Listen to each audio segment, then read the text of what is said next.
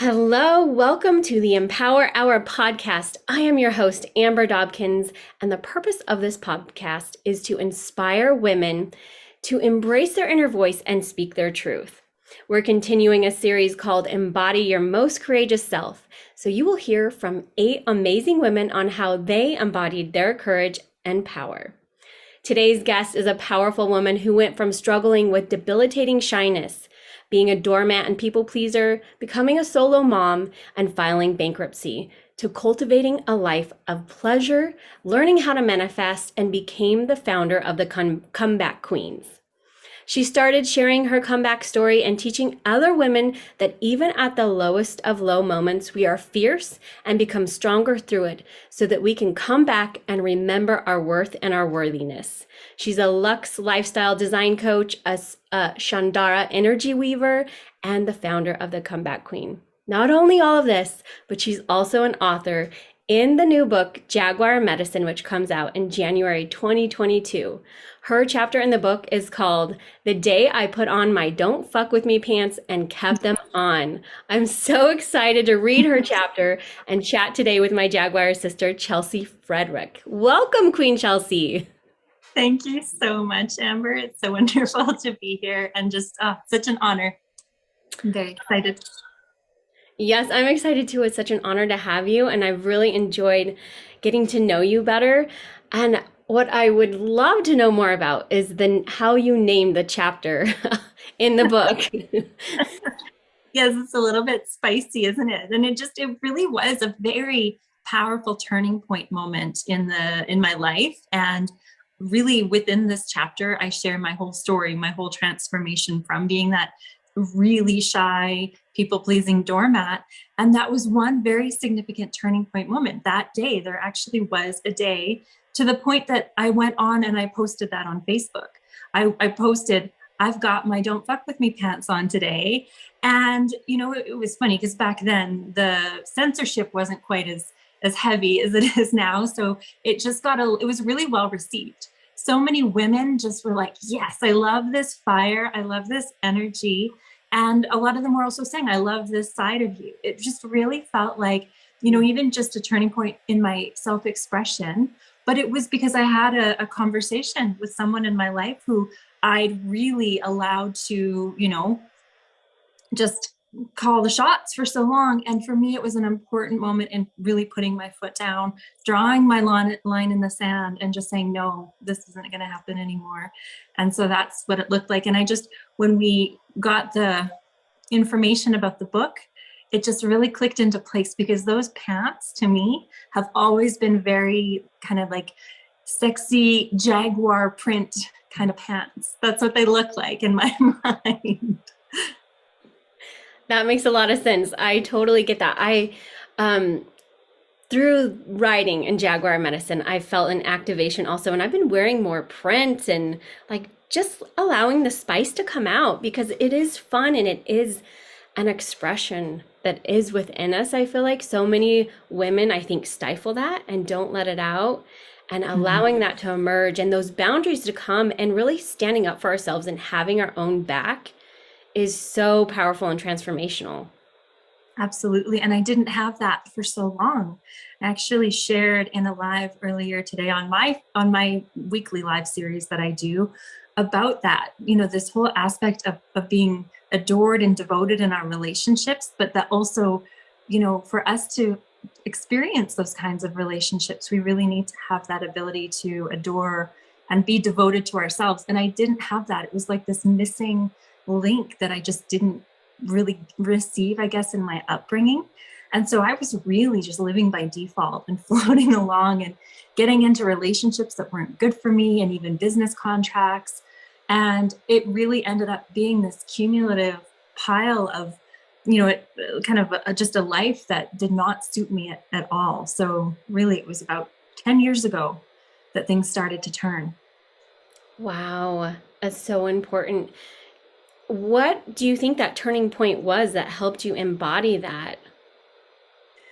Well, a couple of things, because when we live our lives that way, when we kind of end up that way and we have that pile of things that we chose, but we're looking at it and we're like, did I really choose this? You know, like, is this what I really, you know, the way that I designed my life?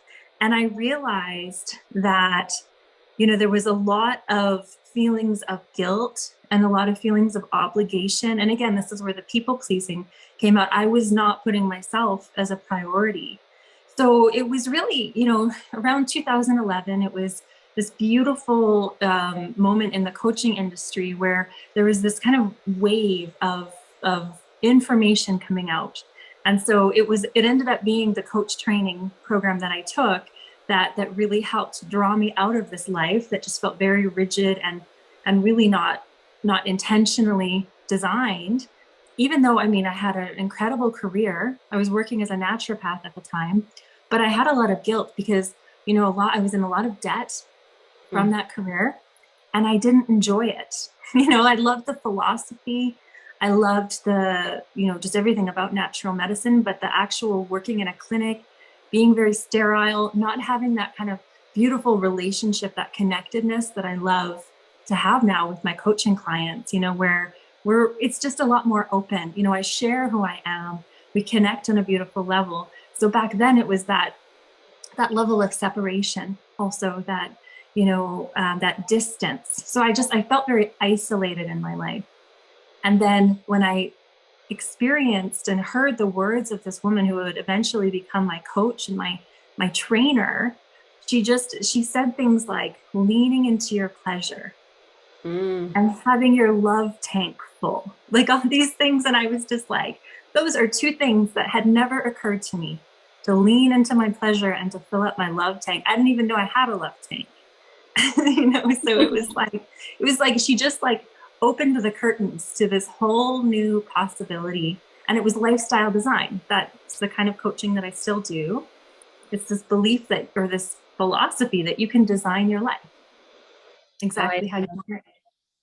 That's so beautiful. I love that phrase, design your life, create your life, that we do have a choice in how we want to live our life and how we want to move forward. And I think so many people feel stuck or limited, or that they don't have the option to design their life. And it's really debilitating and limiting, to the point where we don't know how to fill that love tank. We don't know how to open up and find that pleasure within. So those are beautiful things that I think I had to learn also. And I think as a woman, all of our roles in life, being a mom, being a wife, our role as whatever our career is, we give and give and give and give, and then we forget to give to ourselves and nurture ourselves. Mm-hmm. Absolutely. I think it was Brené Brown talks really beautifully about the female experience with all of our interconnected relationships. And we really have this, you know, ability to really manage and handle so much. And she describes it almost like a web, but it's like the distinction between us being really tangled in our web and disempowered by our web versus us being the weaver of the web and just being really, I mean, a web is a beautiful thing. It's like, and we don't want it to run us. It's really just understanding that we have the ability to set boundaries. We have the ability to choose. We have the ability to create almost like a sphere of who we really let in to our inner world, who we are vulnerable with, who we spend our time with. And so it's an empowering thing to realize that we have the ability, that we are the weaver of that web. I love that analogy. I hadn't really thought of that, but I love animal medicine. I mean, we're both in Jaguar Medicine, so of course, looking at the web and the spider and being the creator of that web, I think is a beautiful image. And it has kind of a regal image, right? Like that we're also the queen. We're the queen of our individual web. And that's another thing as mothers. There's so many mothers that, you know, are not in that place of empowerment and that realization that they really are the queen of their household, and that their pleasure and that their joy and happiness has such a beautiful ripple effect on everyone else's. So just that shift and prioritizing is not something to feel guilty of or to feel like anyone else is going to lose out from that. They'll all benefit from it. They might be a little bit, caught off guard, the first time Mama Queen says no, or that Mama Queen starts to, set some boundaries that weren't there before. But energetically, the family feels that benefit. They see their mom just being in her joy and in her pleasure, and her energy has a ripple effect throughout the home as well. It can really set the tone. It's really beautiful. I agree. We grew up with the saying, if mama ain't happy, ain't nobody happy. Yeah. I like to use it towards the dads too. If daddy ain't happy, ain't nobody happy. But yeah, really feeling our own cup. I know as a young mom, I always thought that was selfish. Like, I can't take time for myself. That's selfish. I'm taking away from my kids. When really what I learned is by filling my own cup or my own love tank or whatever that may be, nurturing myself, that I was able to give more joyfully. I was overflowing then, where I wasn't emptying myself to give. I was giving from overflow. And you're right, it changes the whole tone of the family and teaches our kids to take care of themselves also. Oh, yes. Our daughters learn so much, our sons. I mean, it's living by example. And yeah, that guilt is a big thing. I think that so many of us, you just have that, and it's something to come to terms with and something to really look at and understand and release. And sometimes that can be a painful experience, to just really understand where that comes from, and to really, there's a lot of letting go. But what's on the other side of it is so powerful. I agree. Yes, surrendering and letting go has been one of the tactics that I have used so much in my practice, where I never realized that the more I hung on to things, the more I wasn't allowing in my life. Just like those boundaries. Once you set those boundaries, you're saying no to the things that are hindering you or limiting you, and opening up doors to things that can be more beneficial and bring you to a higher state. Mm-hmm. Absolutely. Yeah. And it really is. It's like, well, there's so much of self-awareness in it, because, again, just going back to how I was before, that default living, it's like we can lose ourselves. And that often happens when we become mothers. It's kind of a natural evolutionary process that when our babies are tiny, that we just, in order for their survival, we just really put all of our needs, our sleep, everything, we put it on the back burner for a little while, so that they can grow and become healthy little babies. But we, at some point, forget that we need to bring ourselves back in. But it's just this really powerful transformation process, and it's a rite of passage. And I think that part of it is just maybe as a society or culturally, we don't have enough of a conversation around that. It's like so many of us moms, we just are over giving to our children, and we lose ourselves in the process. But then coming back to ourselves, no matter when it happens, is so powerful. It's beautiful. It is so beautiful. And is that what brought you to be the comeback queen? Just teaching women to really come back themselves and share that story? Well, yes. And really, both of my experiences with becoming a mother, I have 2 daughters, and both of those experiences, for different reasons. They were beautiful births, beautiful children, really healthy daughters. But there was trauma around the relationships and the circumstances of both of those. So I have a 4-year-old and a 13-year-old, and I really see that them coming into my life, when they did, really saved my life. Mm-hmm. It was like they woke me up to things that I was doing that really weren't ideal. Again, the first time was that living by default. And the second time was a little bit more of the overgiving that I needed a real reminder of, that, I'm a priority, and my dreams and my visions are a priority. So the comeback queen came from really healing from that second pregnancy. So in the last 4 years is really where the comeback was inspired, because that was an incredibly challenging moment in my life. I went from living in subsidized housing, eating from the food bank, just really not knowing how I was going to be a solo mother, driving a school bus with a 5-month-old in Canadian winters, like it was quite the adventure. But the comeback queen was literally born out of both of those experiences. So yes, motherhood is a huge part of that. And it's really that essence and that energy, that spark. We can fall, we can get knocked down, we can, be hurt, we lose everything, and that we can still come back. We have this spirit inside us that is just, you can't snuff it out. Like she always comes back.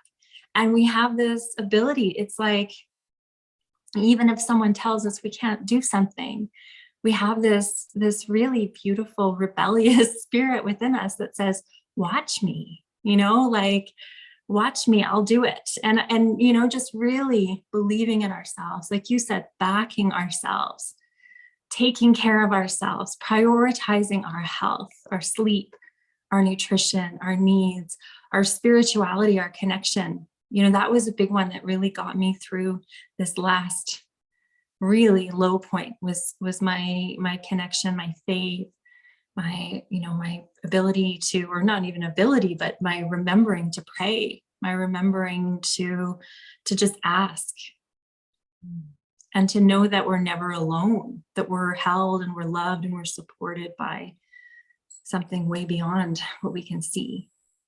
I resonate with that so much, because I also had to learn that, or I was given the gift of learning that wisdom and the lesson within that, where I felt so alone also. But as you said, just finding that wisdom and that divinity within and being able to connect with it. And for me, I had to surrender or let go, as we mentioned before, of all the things that weren't working, and just saying, I don't know what's next for me, but please guide me to the next thing. And I will look at it with open eyes and open arms and an open heart to see what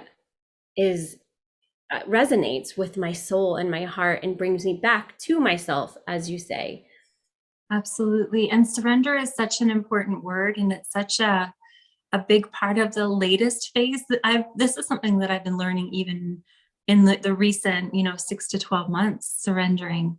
Because, and I talk about this in the Jaguar Medicine chapter as well, is that we can kind of overcompensate when we go through difficult things, and we have that rebellious watch me attitude, is that we can go into ultra independence, which is also, there's a quote that's been floating around over the last couple of years that's a trauma signal, right? That if we're in ultra independence, that we're actually doing that from a state of trauma, that like I have to do it all on my own, that I am the only one in control, and that it's all on me, and that's a really big thing for a solo mom, because there are moments where really, she is playing all of the roles. And in that, we can really lose our ability to surrender. We get into this state of ultra independence, and we really feel like we have to control it all.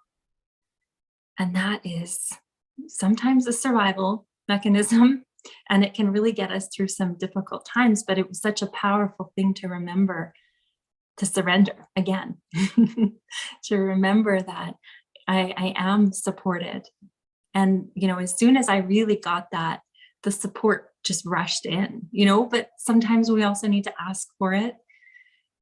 When we're in that state of ultra independence, we can, from the outside looking in, and this is a big thing that I inherited from my family ancestry, is this energy of, making it look like we have it all together when we don't. Mm-hmm. Putting on that kind of an air as a protection, and not wanting to appear vulnerable, not wanting to appear like we need help or support. And so there's so many layers to this surrendering, this, just really acknowledging that we need support, that we need help. Yes, I agree with that completely, 100%. And I haven't been a solo mom. I can only imagine what that's like. But even in marriage, just trusting our spouse or our partner, or in friendships or friends, and honestly, through Jaguar Medicine, I love how we've all surrounded each other and supported each other through writing our stories, because there is another layer of healing, and it is a process, and we are sharing our stories and personal um, things that have happened to us. So it is a big step of courage, and having that support to do so just makes the process a more beautiful experience. I love that you brought that up, because this has been, something that's been an interesting conversation. I've been part of a collective of women. This is actually how I was invited into Jaguar Medicine, was through women that were previous authors. And it's been this collective teaching experience that we've been doing, and it's been this new up level into healing sisterhood wounds, right? Like that kind of intimidation or fear or stress of being seen, being vulnerable with other women, because so many of us have had to protect ourselves from, experiences that we've had in school with girls growing up and everything. But, this new level of sisterhood, this new level of encouragement, of really being held and surrounded and lifted up, to be able to be a part of a book like this is, just as you're saying, it's so wonderful to be able to meet you, to have these conversations that, that we're just really opening up this new wave of support, this interconnectedness between women. And it's really needed. it's I've seen, I don't know about you, I've seen a lot of really positive shifts, but then there's still, there's more to heal. It's just, this wound runs deep. So we just keep going. Yes, I agree. I have seen that and heard so many women speak of it, and putting up those walls a little bit, like you said, protecting ourselves, and even on social media, trying to make our lives look perfect, or those sorts of things. And I do believe that there's a time and a place to be vulnerable, and it's not everywhere, but allowing ourselves to be vulnerable with the people that, and especially with women that can support us, it really, really enriches life. So I agree, healing that wound is so powerful, and we can do so much more when we circle around each other and link arms and lift each other up rather than take each other down. Yes. Well, and also just stepping up as leaders, like leaders among leaders, that we all are leaders, and we all have our gifts to share, and that it's not like this hierarchy, right? It's like we're all just these really beautiful, unique women. We've all had our own experience, our own trainings, our own gifts, our own magic that we have to share. And, you mentioned my shyness that I had to overcome. That was something that really incrementally, all even, through my 20s and 30s, I was shedding more and more layers of fear. At one point, even just the prospect of going on social media, of having an account, of sharing a profile picture, was intimidating to me. And then, to be able to come on live and to speak, that was another one. But then to actually be in a collective of women and to share my gifts was intimidating, so it's these new levels of really healing and of really expansion into our own abilities, our own gifts, the magic that we're here to share, and to actually really fully be seen in sisterhood. And so with this healing collective that I'm a part of, that was a really big initiation into that, and I really think it's so wonderful to, no matter what, for anyone watching that, is connecting to this and really, is experiencing this, resonating with this. It's like, we can experience feeling a little bit afraid of taking new steps. We can feel fear, especially if we have residual wounds that do still need to be healed, but they will be healed. They may be triggered when we go through these experiences, but those triggers are beautiful openings for us to really release some things that we may have buried, we may have stuffed away for such a long time. So I think it's just taking that risk. I mean, the prospect of writing in a multi-author book, there was a part of me that was like, do I really want to do this? Like I hesitated for a minute, because I also had this feeling that this was going to blow up my world even more, right? It's a beautiful way to expand your network. It's, a beautiful experience and new visibility. and in new sharing of who you are. So, but it's like, oh, it's so wonderful to take those steps to allow yourself to potentially be triggered, to be a little bit uncomfortable here and there, but knowing that you're moving in such a powerful direction. Yes, yes, yes. I so resonate with that also. There's been so many times where it feels like opportunities have presented themselves for me. And Mhm. they say when the student is ready, the teacher will come, and when the teacher is ready, the student will come. So in that, I have felt the fear and the limitation of, am I ready? Can I really do this? All those doubts of, but I need to study a little more, or I need a little more experience, or whatever the story is in my head. And sometimes I allow it get to me so much that I say no, like I don't, like maybe my world will grow so much that I can't handle my life, or whatever it is. But what I found is when I sit with that and really ask, okay, this is here for a reason, and asking, am I ready, instead of telling myself I'm not ready, and then whatever the answer may be, stepping forward and saying, okay, I'm ready, and I trust that I'll have the boundaries and the wisdom and all of the things that I need to proceed forward, because it was presented to me at this time for a reason. Yeah, absolutely. And we have this really beautiful and kind of endearing natural aspect of ourselves within our subconscious mind. This is, some of the hypnotherapy wisdom coming out, but there's this aspect of us that really desires to keep everything the same, because to that part of our brain, that means safety. Mhm. But we also know that we have big dreams and vision and goals and this desire to fulfill our purpose. So sometimes those aspects of us can be a little bit at odds. And so it's really just reminding ourselves that we are safe and that it is going to be okay, and that, this is really exciting. And Mhm. there might be a little bit of the unexpected and the unknown, but that we're stepping into a new realm, and we're backing ourselves. we've I've got you, right? And there's other people, we're cultivating a network, so we're not, feeling like we're alone, to have, sisters that you can talk to about, the fears, the worries, the uncertainties, the occasional, things that might come up where we need support. Having a coach, all of those things are just so powerful to just remind that aspect of us that wants to keep everything the same, and keep us in our comfort zone, but just to remind them that isn't what we really want. We don't want to keep things the same. Yes, it's so true. I've heard that being nervous and excited are the same thing. It's just how we look at it. Yeah. And I feel like you just said so much of that yeah, when it's not that we want to stay nervous, we want to be excited, but the nerves are going to be there. We're going to feel that tingly of, this is exciting but scary all at the same time, and still stepping into it and through it.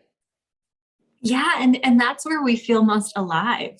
Mhm. When you have those feelings of being nervous and excited, it's like, oh, those moments of just of, it's like just taking that leap, that leap of faith, and knowing that, trusting that there's going to be a soft place to land, but it's going to be an exhilarating journey. Like that's what it's all about, to have that adventure.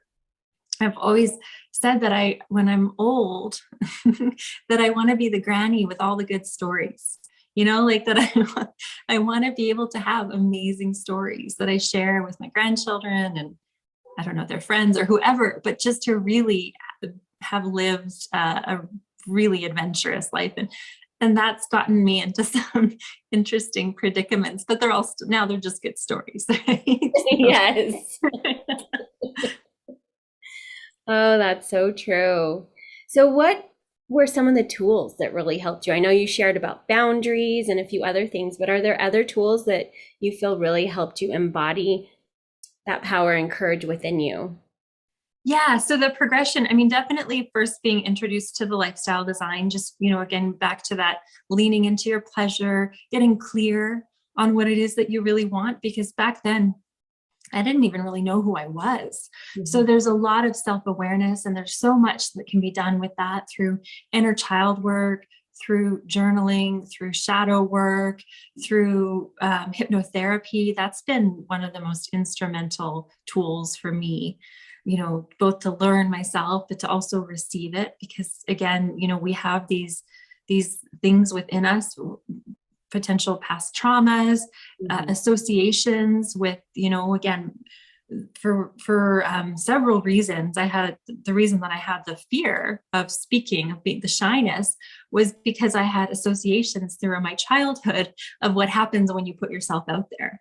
Mhm. So the trauma of that, from I had an older sibling that was, kind of a bully, really, but to actually realize that that trauma is gone. I'm an adult now. I don't have someone bullying me. And even if I did online, that all would be fine, like that I could really handle it. Right. So that was a big one.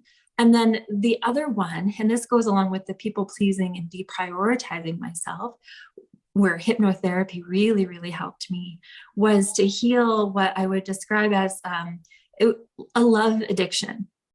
For a lot of women and maybe men that are single that are experiencing that, it's this experience of really getting distracted from your purpose, from your path, by falling in love, or getting attached to someone who, wasn't able to really fulfill that relationship anyway. So this love addiction is this cycle of really, being distracted by new relationships that aren't healthy, that aren't fulfilling. They're not, long-term possibilities, but that, so many of us can get into that cycle, and we put our energy and our attention into that, that wondering, is he going to call? Is he going to text? Is he, like all of that can really be such a trap, and it can contribute to so much anxiety, and it can pull us off of our path. So hypnotherapy and working with a incredible woman named Saman Nasir. She's in Los Angeles. Oh my gosh, I send everyone to her because she's so amazing. She helped me really heal that in the last year and a half, really. So that, as a single woman, I can be involved, I can date, I can, do the things, but that now I never take my eyes off my business.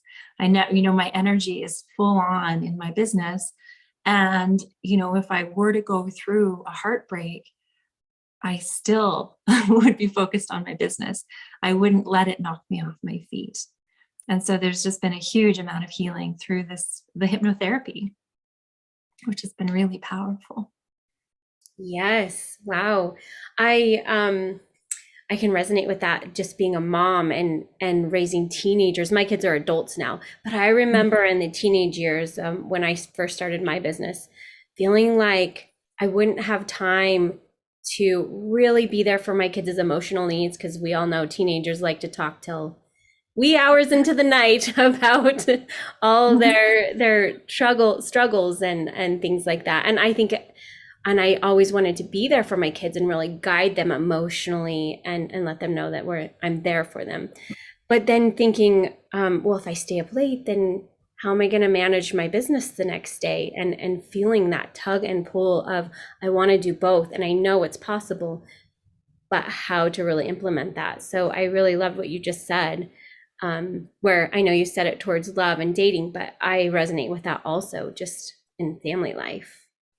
Absolutely. And it really does apply. I mean, there's so many different ways that we can have again, within that web, have our attention pulled in different directions. We may be caring for aging parents. We may be, caring for our children, our other significant female friendships. There might be people needing us for support in different things, but it's really just that shift in looking at our legacy that we're here to lead and to live and to leave is so important.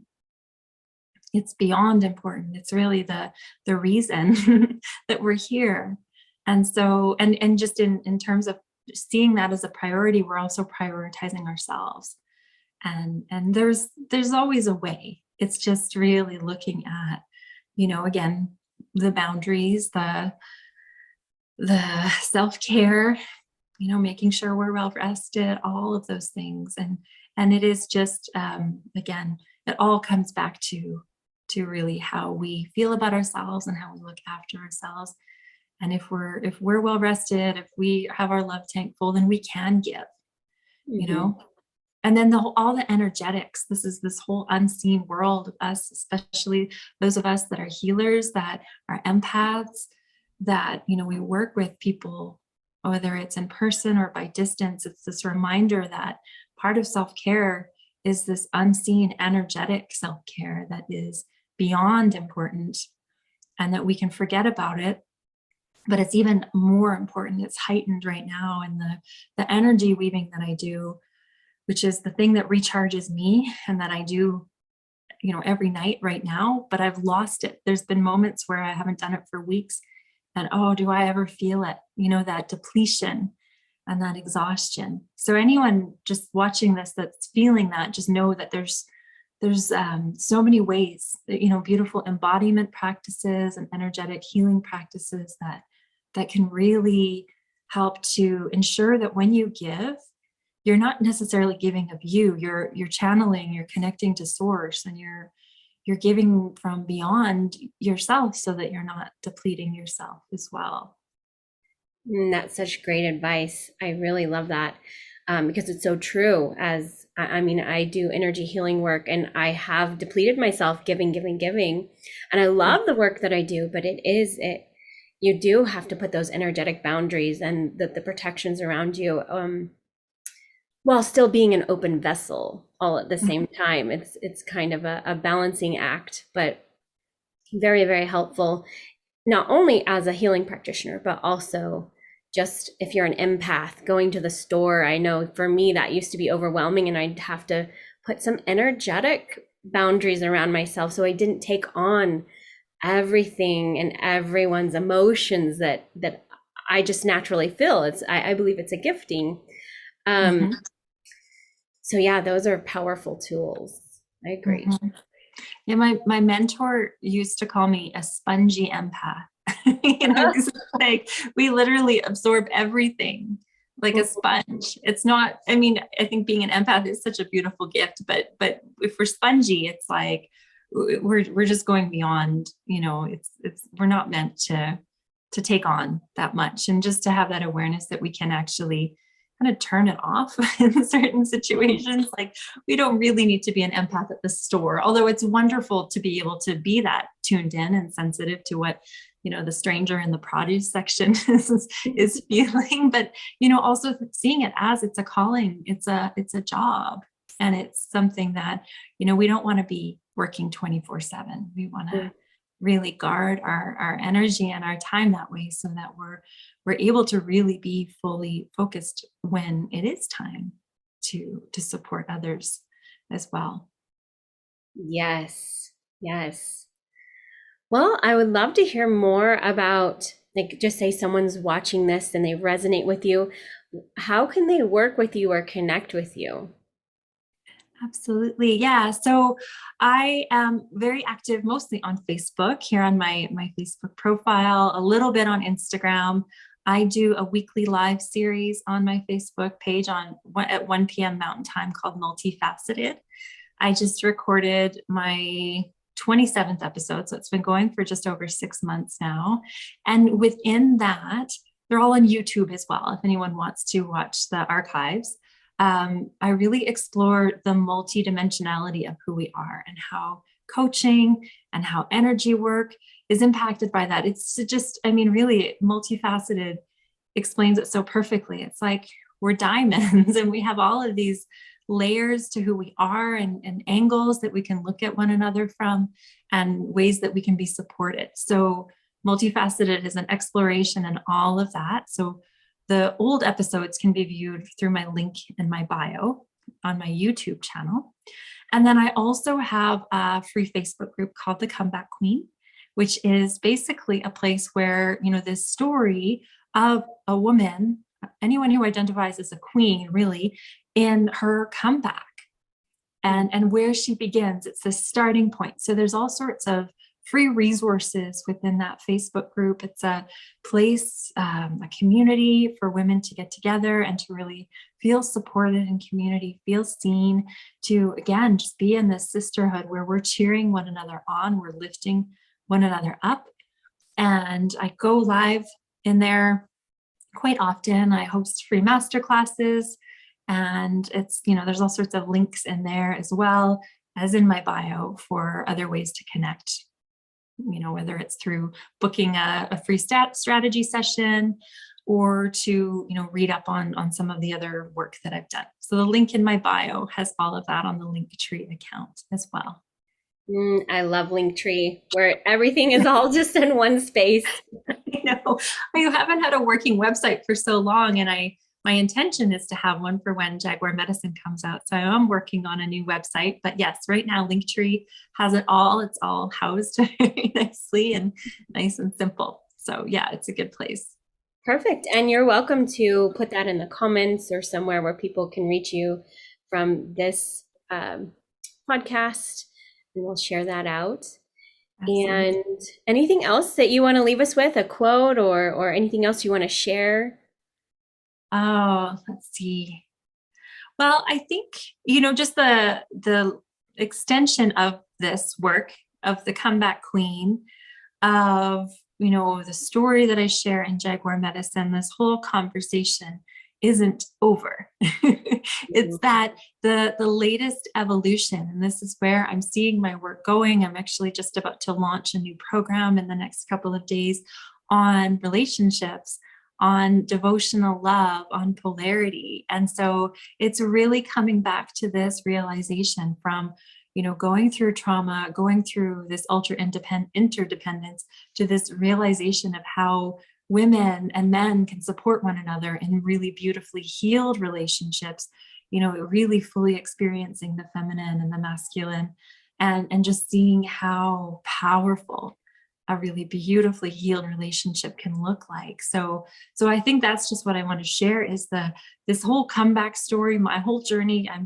feel like I'm right in the middle of it. So there's more to come on that. And I just am really excited to see this healing happen more and more on the world. I mean, the conversation about men and their role in this whole experience is something that I think we're just starting to talk about, and just to really honor them as well in their presence here. So that's really it. It's just really bringing it full circle and reminding one another of just how much we need one another, and how important it is for us to really take that on, because it's what the world needs too. Yes, the world so needs it. And I think it's beautiful that you are opening up that conversation, because it is so important. I know for me and my personal experience, I've been married for 20 years, but it wasn't always pretty. I mean, we had our ups and downs for sure. And until I stopped and healed myself, not for my marriage, not for my kids, but for myself, it then bloomed out into healing my marriage, into healing my relationship with my kids, or myself as a mother, and forgiving myself for so many things that I just didn't know how to do better until I did the inner work. Yes. And now, I went from my husband thinking I was completely crazy, like, what is this energy stuff that you're into, to how we work together, and we're both energy healing practitioners. And I love working with him and having his insight and the balance of that masculine and feminine. That's so beautiful. I love that. And I love that you work together, because this incredible collaboration that's possible too, with what we both bring to the table. It's just, to me, having had experienced it and witnessed it myself as well, it really is the future, I believe. So yeah, I do too. Yeah. Yeah. Go ahead. Sorry. No, it's just exciting. It's a conversation that I feel like you and I could just keep talking about this for the whole other conversation. Um, but yeah, it feels really good. It feels good to be in this place and to just have this chapter coming out where I do it. That's kind of how my chapter wraps up. I talk about this kind of new thing because there's so much out there right now about hating on men. And it hurts my heart to hear it because that's just taking us further away from the mark. If we're there, we've just completely lost sight of it. So yeah, I think also within our sisterhood, we need to remind one another that we are all here for a reason, and it's important that we celebrate one another and love one another so much. Absolutely. Well, I have enjoyed this conversation so much. Thank you for Thank being you. here and sharing your story and your tools and all that you have overcome. It's been my pleasure. Thank you so much, Amber. It's wonderful, and look forward to just continuing to. I look forward to watching your other episodes from today as well. But just to continue this conversation and to have our book come out and everything. It's just so much to be excited about for the new year. Yes, yes, yes. So I just want to finish with a quote and leave everybody with this quote that I so love. And it is that you hold the courage within, allow it to emerge moment by moment until you embody your most courageous self.